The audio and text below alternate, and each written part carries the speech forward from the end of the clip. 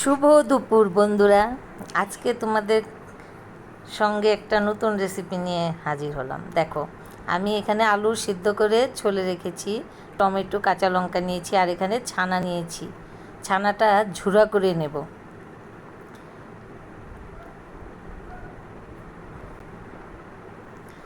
দেখো, আমি কড়াইতে তেল দিয়ে দিয়েছি, এখন ছানা দিয়ে খুব লাল করে ভেজে নেব।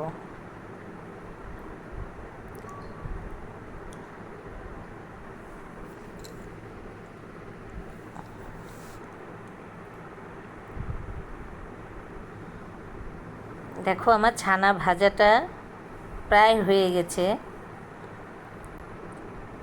আমি এখন ছানাটা তুলে নেব।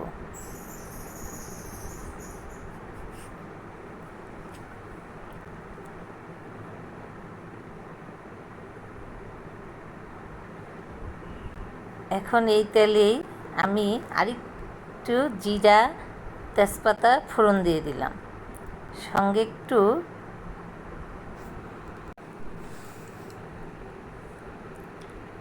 জিরা তেজপাতা ফোড়ন দেওয়ার পর আমি সেদ্ধ করা আলুটা ভেঙে রেখেছিলাম, সেটা একটু নুন হলুদ দিয়ে ভেজে নেব।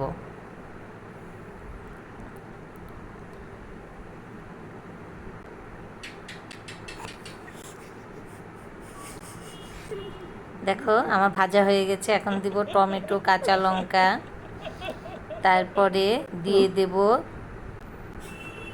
আদা জিরা বাটা একসঙ্গে রেখেছি, দিয়ে দিলাম।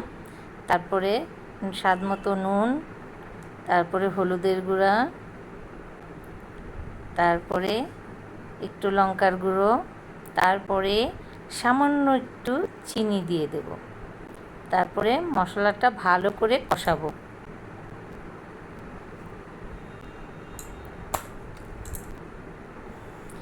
দেখো, আমার মশলাটা প্রায় কষে গেছে।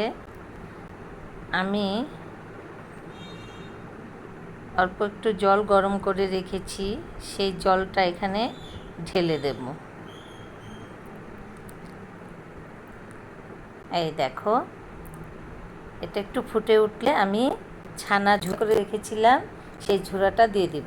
সঙ্গে কিছু কাঁচা লঙ্কা চিড়ে রেখেছিলাম, দিয়ে দিলাম। এই দেখো, ছানা ঝুড়াটা দিয়ে দিচ্ছি। তারপরে আমি একটু ফুটিয়ে নেব। বন্ধুরা, এটা হলো ছানার ঝোড়ার তরকারি। এটা খেতে দারুণ লাগে নিরামিষের দিন। দেখো, আমি এখন গরম মশলা বাটা দিয়ে দিলাম। কিছুক্ষণ পর নেড়েচেড়ে নামিয়ে নেব। বন্ধু, তোমাদের কাছে যদি এটা ভালো লাগে তাহলে লাইক, শেয়ার, কমেন্ট এবং সাবস্ক্রাইব দিও। দেখা হচ্ছে নেক্সট ভিডিওতে।